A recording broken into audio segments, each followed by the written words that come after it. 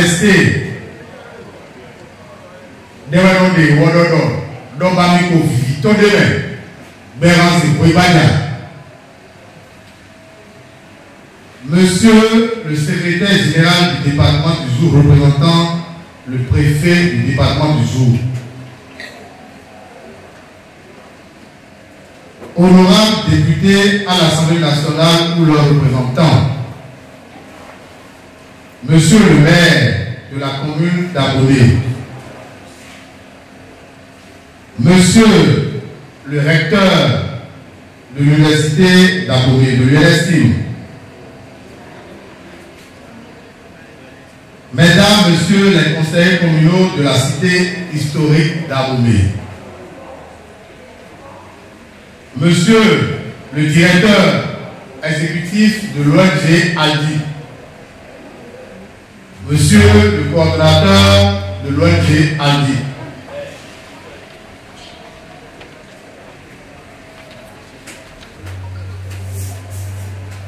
Messieurs les directeurs départementaux du Zour ici présents ou représentés, distingués invités, tout protocole observé. La culture est la possibilité même de créer, de renouveler et de partager des valeurs, le souffle qui accroît la vitalité de l'humanité, dit un proverbe africain. Un autre dit, la culture est l'un des leviers les plus importants à actionner pour réhabiliter et relancer l'économie tout en produisant du sens. C'est dans cette logique que s'inscrit le volet éducation patrimoniale du projet des sites et des musées pour le développement des territoires SMDT, initié et financé par l'ambassade de la France près la République du Bénin et exécuté ici à Abomey par l'ONG Aldi. En effet, de la première phase lancée le 27 août 2021 au palais du Grand Roi Pengla, à la seconde phase exécutée courant 2022, le projet SMDT a œuvré au renforcement des connaissances des jeunes sur le patrimoine du Dahomey, tant matériel qu'immatériel. L'objectif est d'outiller et de motiver les jeunes à s'investir dans l'animation culturelle du territoire d'Abomey et région en vue de constituer un terreau fertile aux divers projets et initiatives de développement touristique du gouvernement du président Patrice Talon, notamment le musée des rois d'Abomey, des rois et Amazon du Dahomey, entendez mural, dont les travaux sont en phase de démarrage. Ainsi, pour espérer faire profiter substantiellement le tourisme à l'économie locale, il faudra trouver des mécanismes de retenir le plus longtemps possible le touriste dans la commune d'Abomey. Et pour y arriver, il est important de lui présenter une kyrielle d'offres culturelles et touristiques originales et captivantes. Des offres susceptibles d'apporter une plus-value à sa connaissance de l'humanité et à sa quête de découverte. C'est pour accomplir donc ces différentes missions que les jeunes acteurs culturels de la commune d'Abomey renforcés sur le projet SMDT se sont mis ensemble et ont créé l'association culturelle dénommée Ensemble artistique et culturel, les rythmes et danses du Dahomey, EACE, rythme dandan.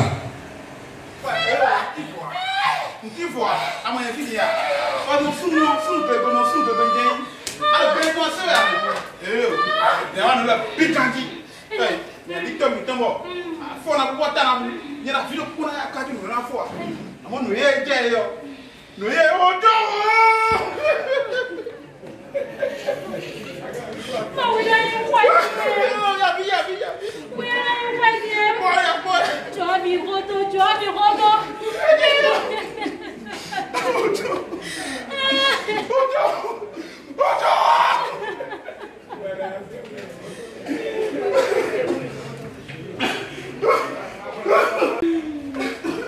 Ah, oh, viens, Mimio, viens.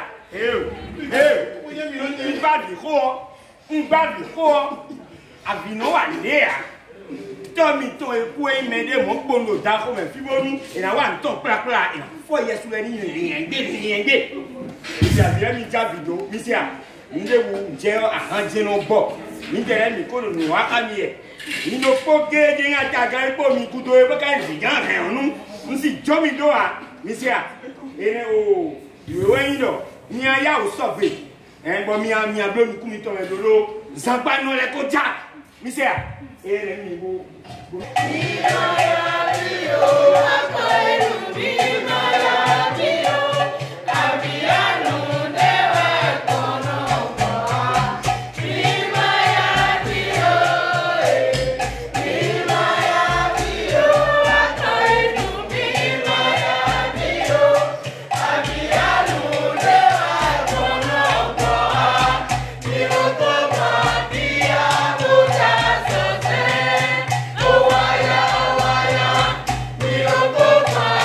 Yeah.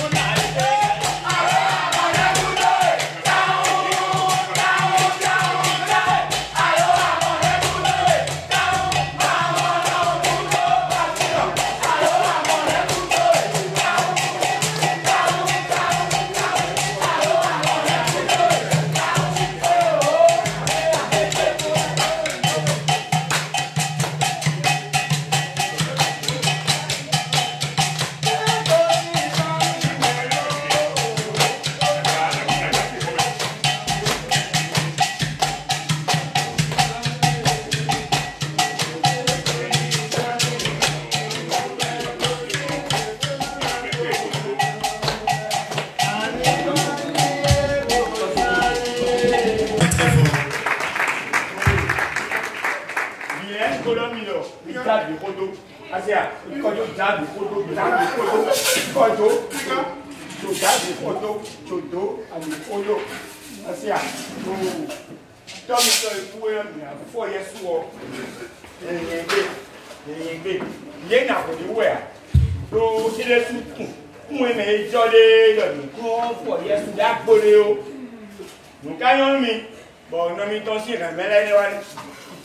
Atagan mi ton jet de soir, hein. Une deux bénis, attaque ton matro, et coup de ah, bon, non, mi ton question, un capote bien bien, mais donc non. Ah, moi, non, mi ton question, mais là, bien, voilà, bien, non, mi couteau, vous mettez la mine, à 10 ans, ici, quand on est haut.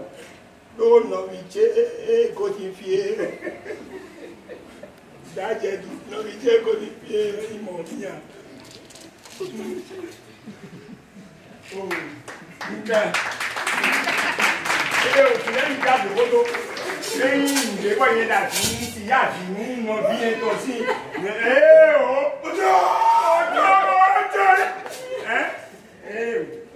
Isso aí, aqui, ó. Mas ele me apá avisando, ó. Não é que não vai, ó. Ele não vai. Ele me, ó. Então, ele suar no ar, também.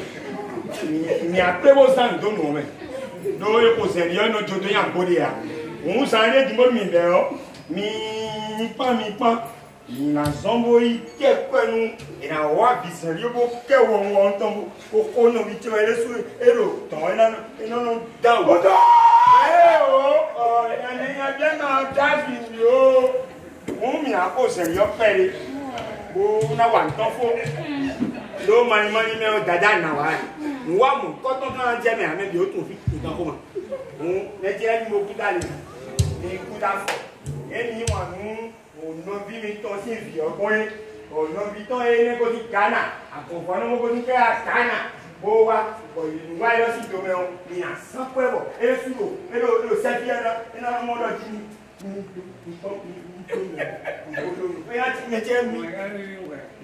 Alléluia. Mina ande bon. Mais écoute mais Allah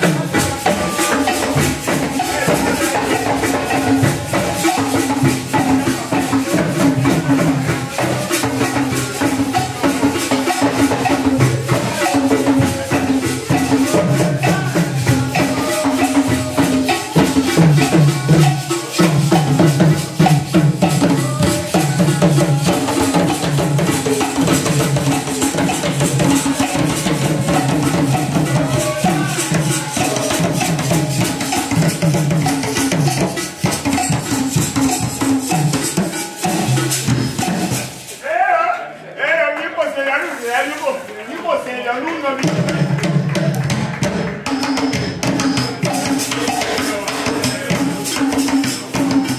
Mikega modo mijansa do Seigneur me. Modo ni asante me. Modo me. Oh Seigneur a kono mi je me. Oh bilele me. Moyona sinuka lopo. Yana na eto kolopo akwacha ki gbo. Modo neri to David Sadio kusi jodo mo. Eh, Jerido.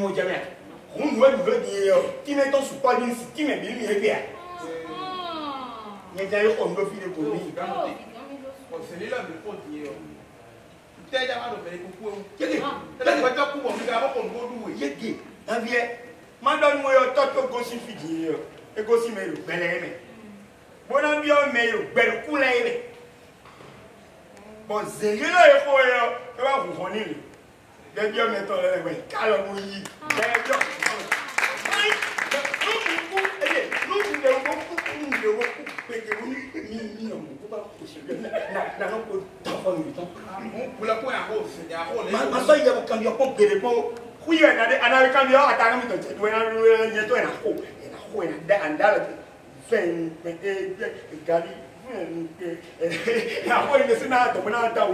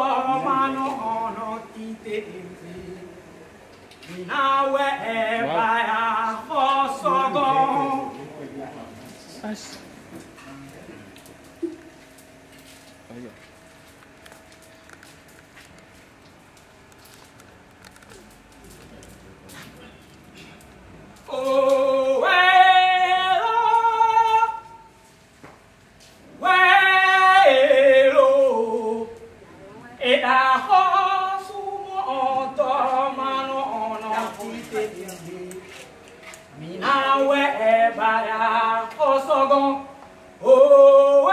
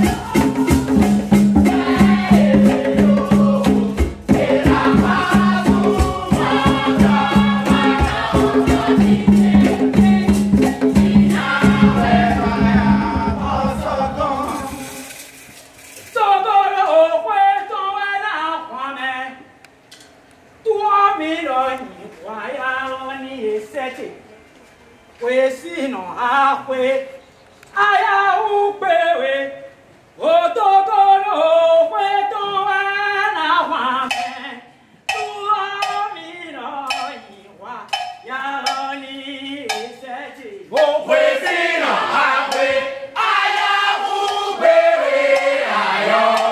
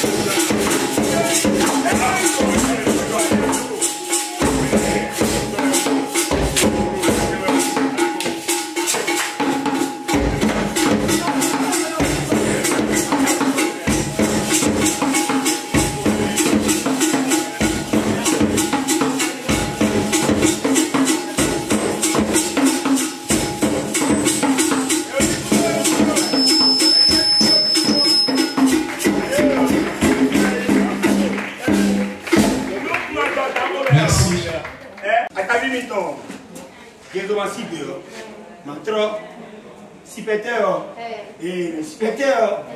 Eh, mon là là coup déjà ton pomme. Tout moi. C'est une date sommaire. Nous gagnons tout et bien.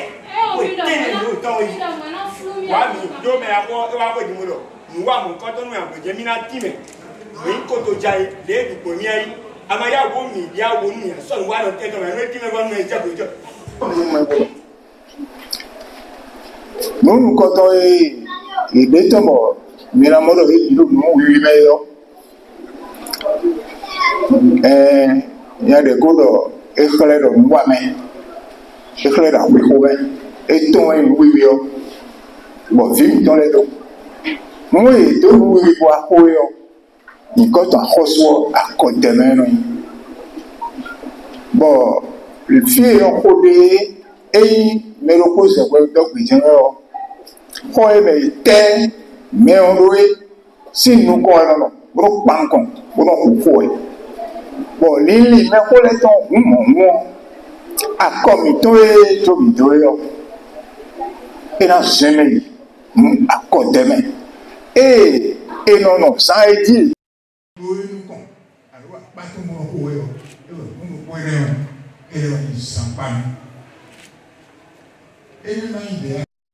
monde et il va dans Emilio Seni bon au Vice mon ado Tchanga Time et non sans Bandia l'oïne l'odica Zelio et de côté yo tataton il plus et c'est ma de ben quand côté dio et toto couton kotoyo mais do de ton content c'est quoi donc les mots pour de ton côté mais ne va pas se faire là do voloton et donc derrière et tout dans le débat oui donc pépé virer bon pour nous beaucoup et vivre sans bonne énergie c'est lié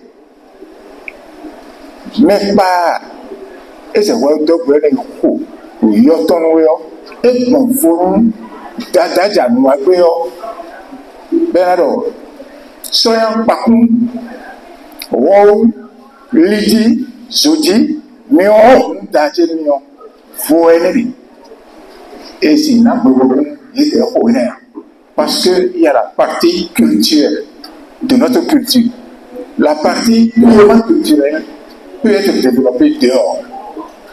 Je parle bien sous le contrôle de mon très cher bien-aimé monsieur Dimansé Placé. Et wa bon, plutôt tiens et non, Kotoja, mais tout banane yo, tant pour Mikolo puis quoi les comment. Moi, Kotoja et les dada gonglo wema. Dada gonglo poitin a reçoit kontona. Boka tonu gege le tameo linu. Bon, nous bi le wedo alors tokuno yo. Il y a un petit gens à l'union. Bon, on est et nous avons un point. Et ouais, les locaux, à côté même, les locaux, nous devons le voir, t'as qu'on voit plus qui est l'eau, mais et c'est quand. Et là, il fait que tout ça, les secondaires, ramènent la cité, t'as que le tout, maintenant, on va le beau. Et bien, tout côté Java, beaucoup maintenant, beaucoup firme. Le bosson maintenant, John Teton, Kézoa, posé côté Java, John Tapoton, à Congolo. Bon, et des sous-firmes, mais on a l'île pour l'enfant. Et français, on plaît bon. Fiton les filets, filets, les totons venimés. Et ouais, donc on va dire vivement, et tu es le point et un chambre, pour les gars, mais où est plaisant que le pour et va de voir où couper le comité Dokoi à Sandiaoum, et Dokoi, oui, se dit, on l'a et des actes les toailleurs, et le fiton les wablouro.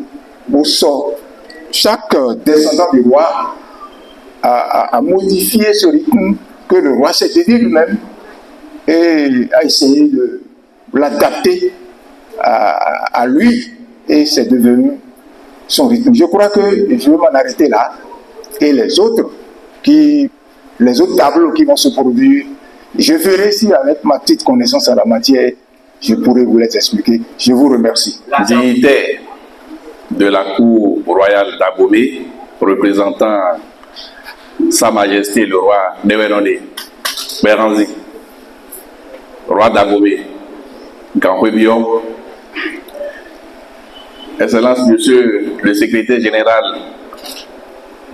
de la préfecture du Zour, représentant le préfet empêché, Excellence Monsieur le maire d'Abomey, Monsieur le directeur départemental en charge de la culture,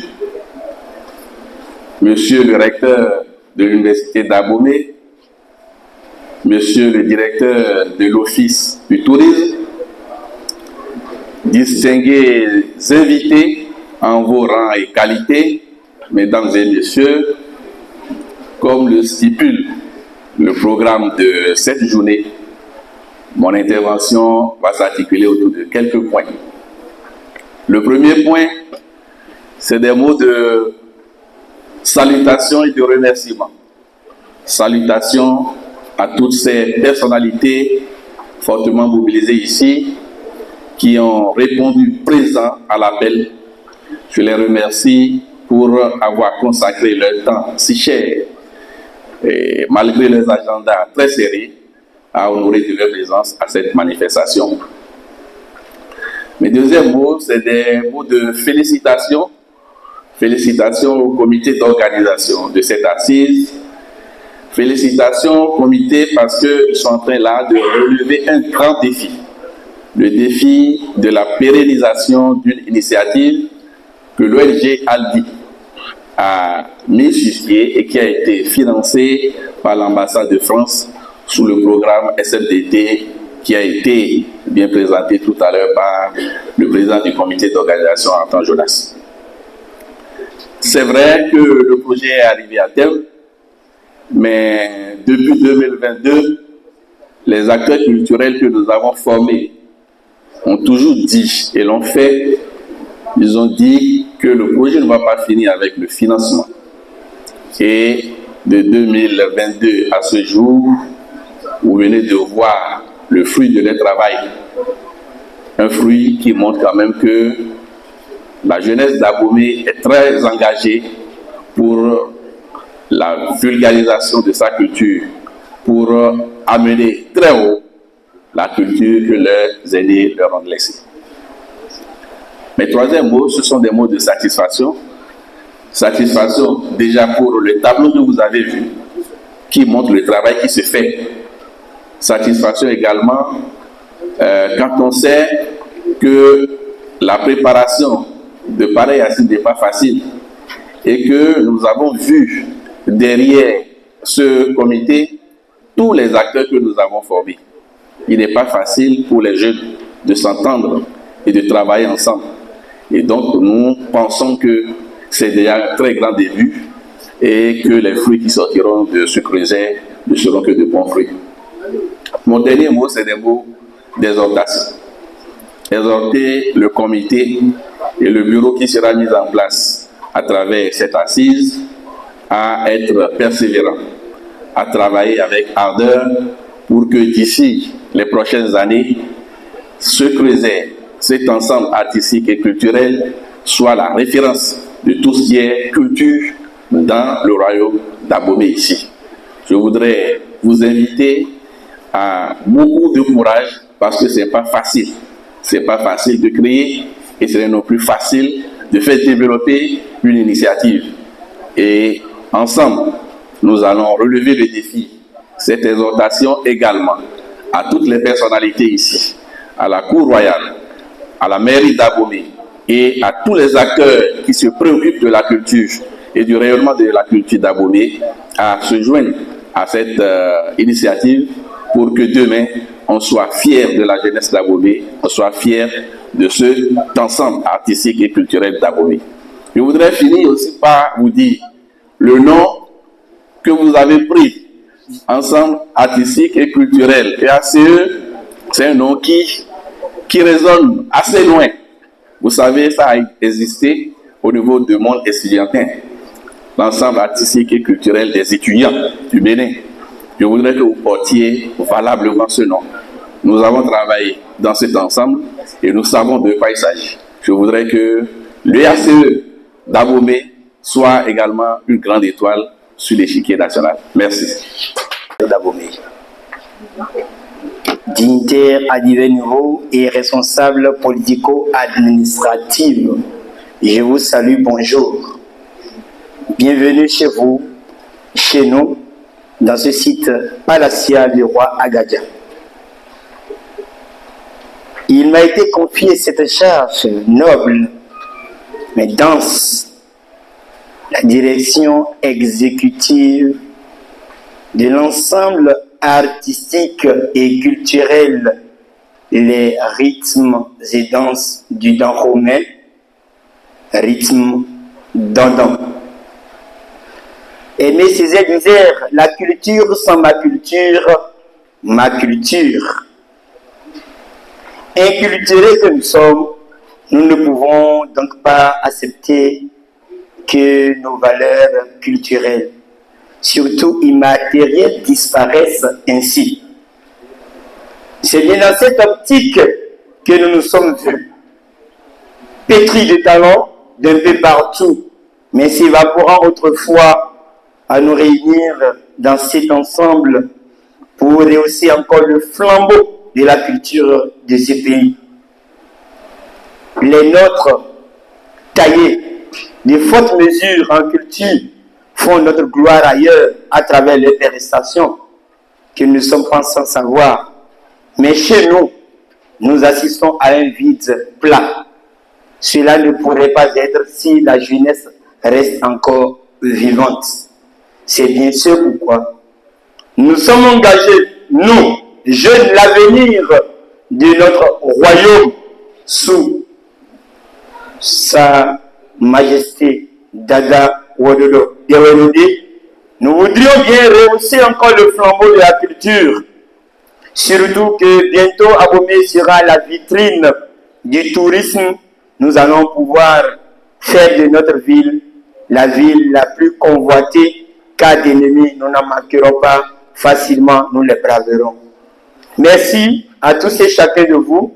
Merci de n'avoir ménagé aucun effort pour votre disponibilité aujourd'hui. Gage de notre réconfort à aller plus loin. Les mots MODS dans leur longueur créent les mots MAUX, les évitant ainsi. Permettez-moi que je laisse choir ma parole pour laisser place selon le programme à l'événement qui suit. Je vous remercie. Les passages, on a vu tout à l'heure d'Abizeli, de Zakpanouhou et ainsi de suite. Qu'est-ce qui vient? Je ne sais pas. Nous allons découvrir ensemble. C'est parti.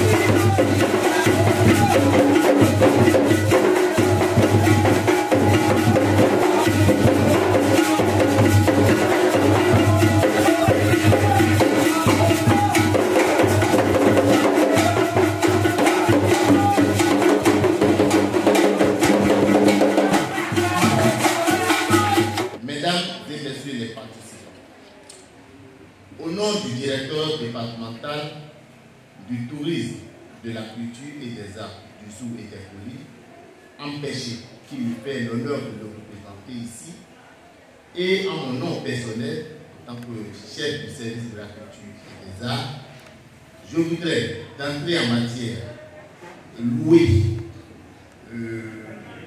l'initiative de cet événement et remercier les organisateurs. Nous ne sommes pas sans savoir que Abomey regorge d'énormes potentialités culturelles et artistiques. Abomey est riche, a une culture très riche et très variée. Cependant, la culture d'Abomey se meurt, faute d'initiatives de pérennisation.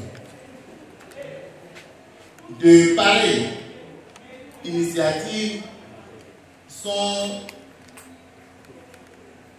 promoteurs pour notre culture et font chanter les lendemains meilleurs de notre culture.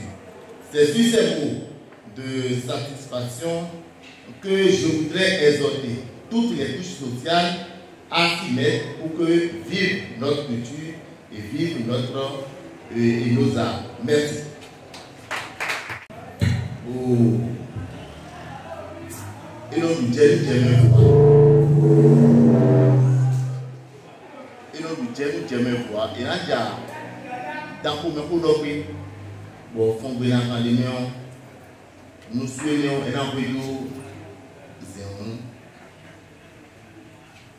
Nous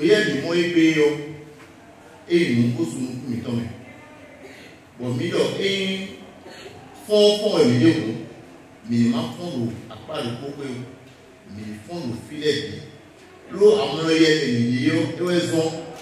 Bon, nous sommes ici, nous sommes souillés. Mais les voleurs, ils n'ont ici, ils n'ont sauce ici. Bon, nous sommes ici, nous sommes souillés, et qu'elle est en colonia, et raison. Bon bio dans le sous dans le million bolo et au fond pour million mais font y beaucoup si en moyenne. Merci. Monsieur le Président du comité préparatoire de la présente cérémonie de sortie officielle, Monsieur le représentant du directeur départemental des arts et de la culture,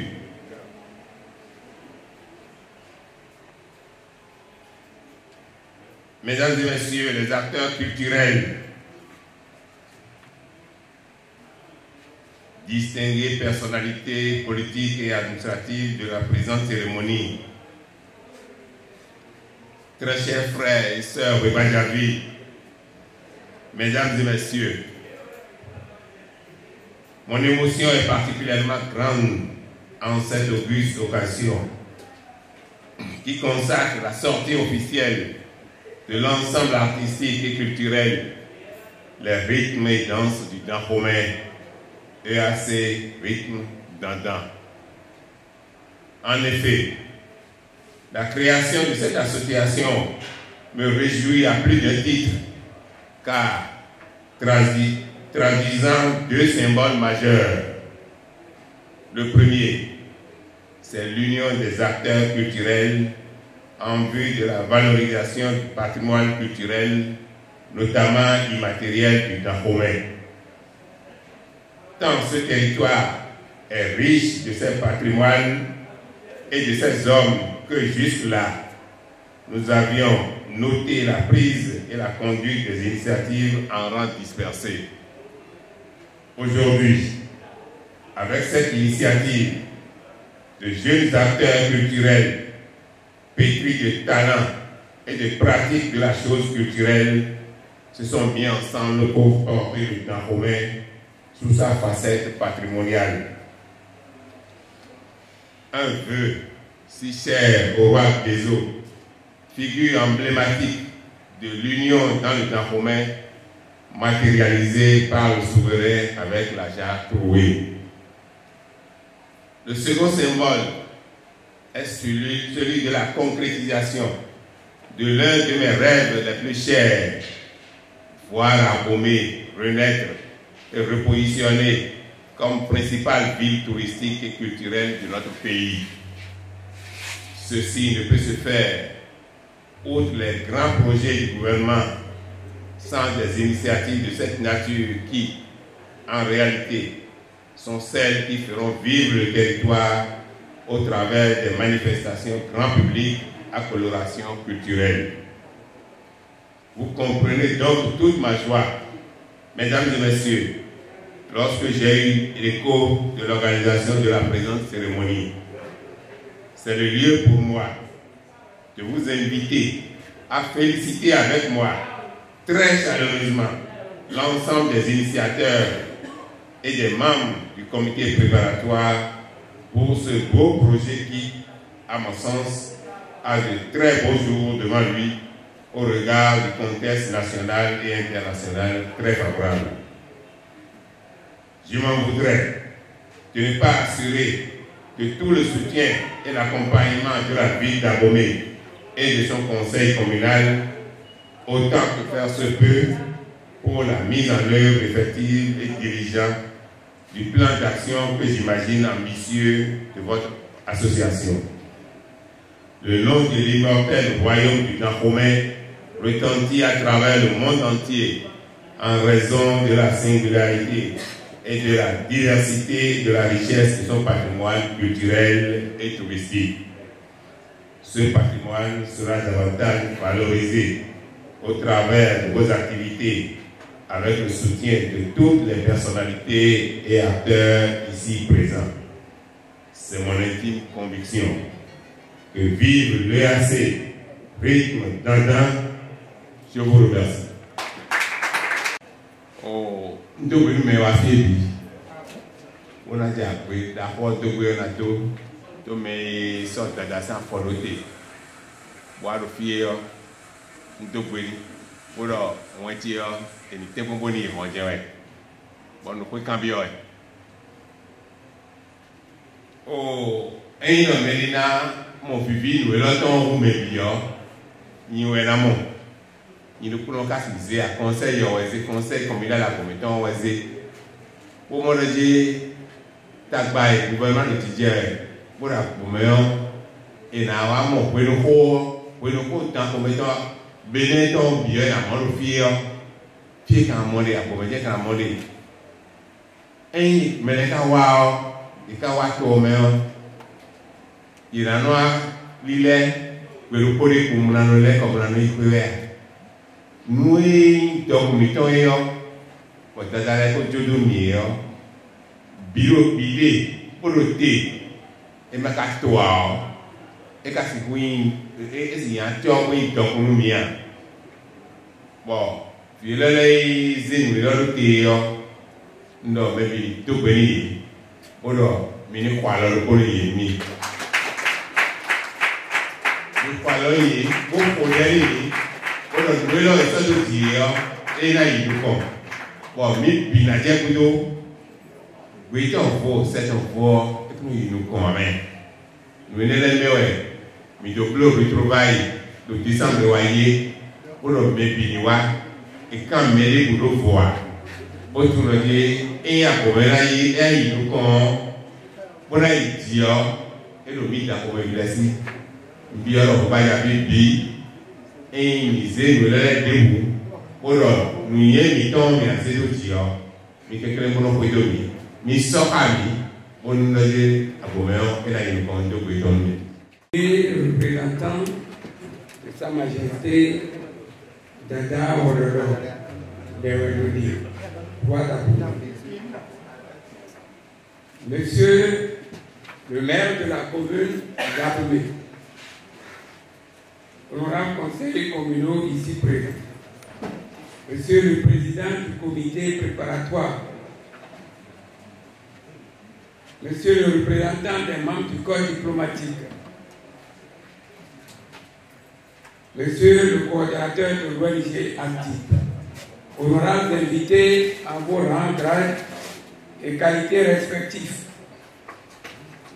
Mesdames et Messieurs, immense est ma joie de prendre la parole en cette heureuse circonstance, au nom du préfet du département du Zou, empêché pour vous souhaiter la bienvenue sur ce site royal qui abrite les cérémonies marquant la sortie officielle de l'ensemble artistique et culturel, les rythmes et danses du Dabo, EAC Rythme Dana.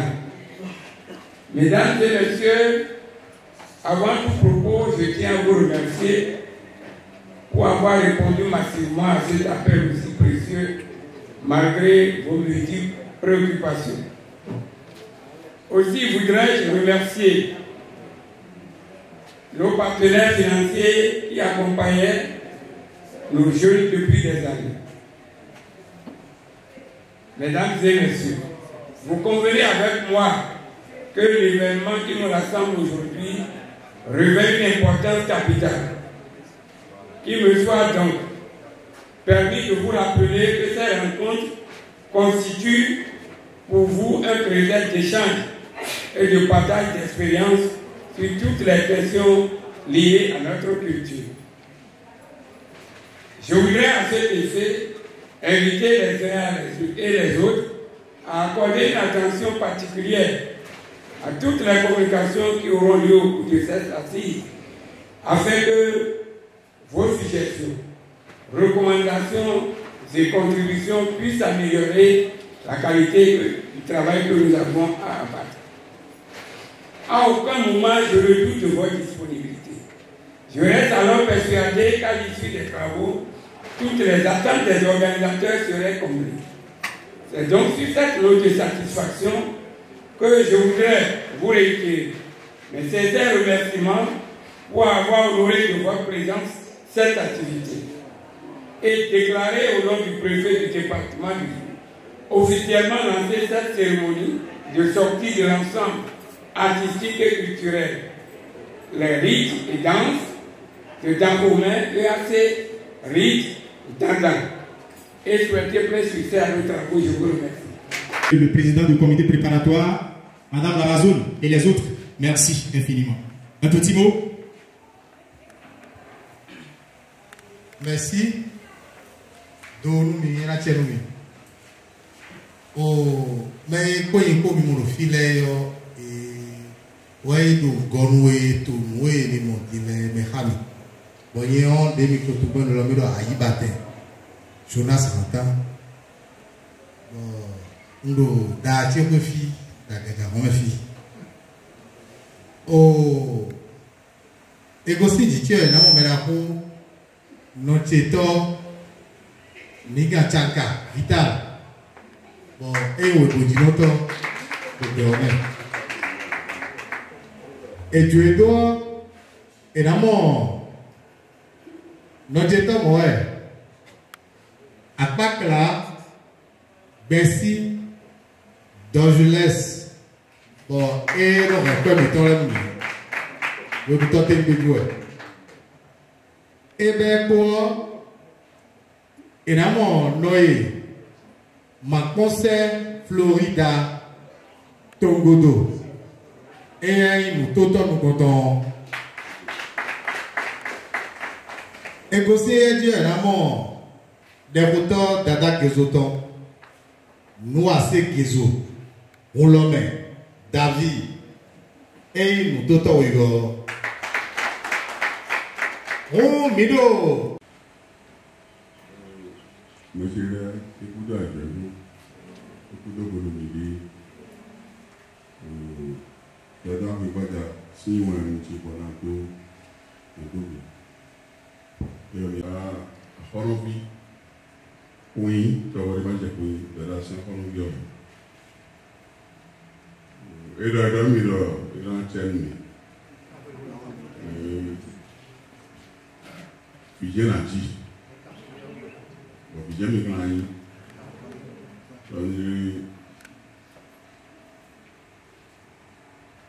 Fait qu'on l'on passe au. Ben non, tu as les vidéos comme il faut des cons. On les met là, t'as là, vous voyez assis. Nous voilà, oui, mettons, vous mettons, mais non, pour les. on a mis le Dieu et qu'on a pour au milieu. Mais on a 5000 près de temps. Et là, d'après un ennemi. Bon, mais ils n'ont pas tant. Ils n'ont pas tant pour ça, les vidéos. Bon, mais ils n'ont plus. Alors, mais. Et tu as dit que vous voulez. Quand tu sors les cours d'or, tu vas avoir tes yeux. C'est-à-dire, beaucoup de gens qui ont compris ton déo. Monsieur, oui, mais on a eu beaucoup de cas. On a le groupe, on a profité de ça. Et nos filles qui on a dans sa topo, on a bateau. Bon, mais on a vidéo. Mais on a vidéo, mais c'est ma période. On a terminé caca. On a violé non. Je suis du Merci, capitaine de caca.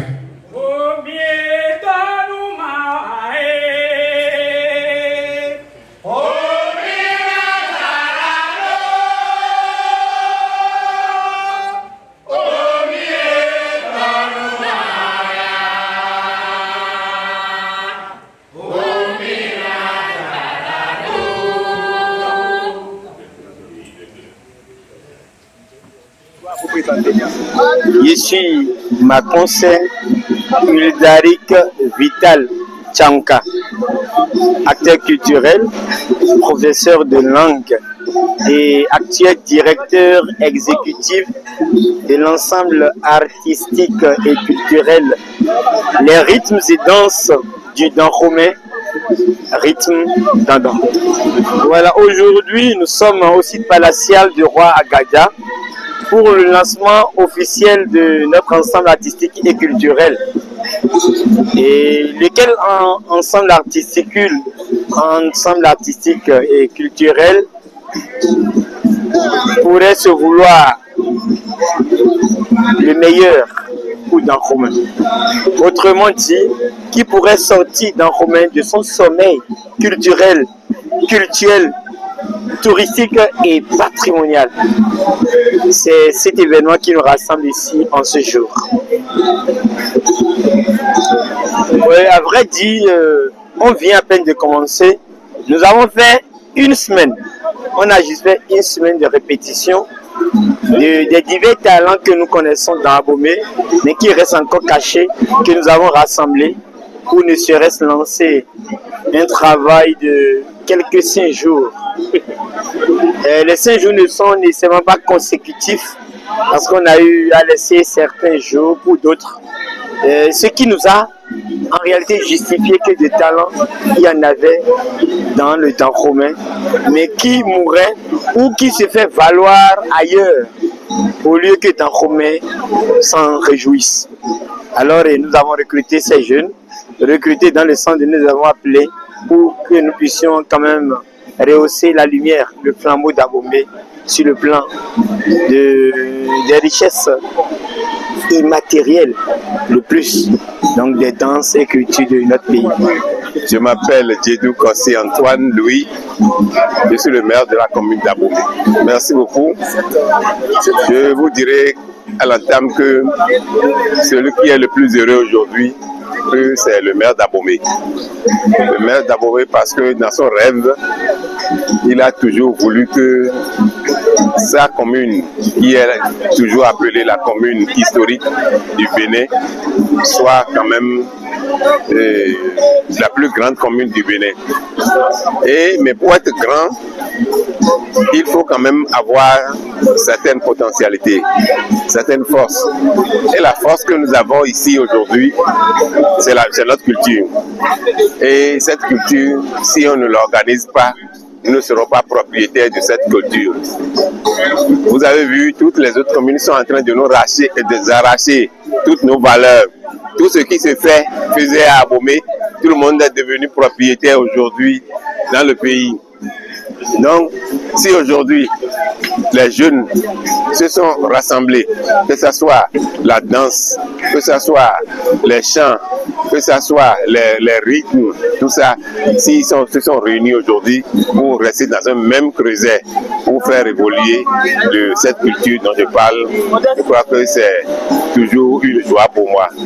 Et ma bénédiction, c'est que je dirais que le Dieu Tout-Puissant, les mânes de leurs ancêtres vont accompagner cette initiative de ces jeunes-là que nous venons d'inaugurer tout à l'heure. Merci. Donc n'importe où la culture d'Abomey m'appelle, je dois être présent. Raison pour laquelle je suis là ce matin pour soutenir mes frères. Ah oui, c'est une noble initiative. Et comme je l'ai dit au président du comité préparatoire tout à l'heure, je lui ai déjà dit, c'est bien, le début est bon, mais c'est le milieu et la fin, la suite. Donc l'humilité doit beaucoup les atteindre en matière de cœur et doivent comprendre qu'aujourd'hui, si nous laissons la culture, ça va partir. Vous savez, d'abord, ma présence déjà est capitale. Ma présence montre déjà que j'aime la chose, je veux bien les voir faire. Et ma présence aussi donne un cachet à ce qu'ils ont initié.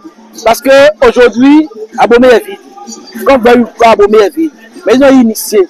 Ma contribution, je l'ai déjà dit, nuit et jour, ils me font appel, je serai présent à leur côté. Des conseils, ce que nous pouvons faire pour évoluer. Mais je milite beaucoup, malgré que je sois ici ou ailleurs, je milite sur l'originalité de notre danse et culture, ce que nous avons. J'aime pas l'à peu près.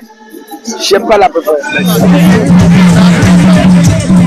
Président du comité préparatoire de la sortie officielle de l'ensemble artistique et culturel classé.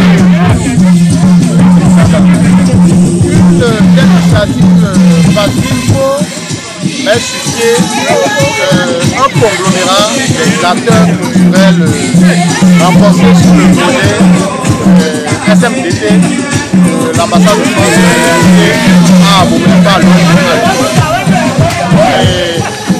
c'est quoi le but ultime? C'est permettre l'animation du territoire d'Abomey. Et quand on parle d'animation du territoire d'Abomey, vous savez, Abomey est l'ancienne cité de la royaume d'Abomey. Si on dit la cité royale d'Abomey, c'est parce qu'elle était la capitale du royaume d'Abomey. Et à ce titre, il fallait que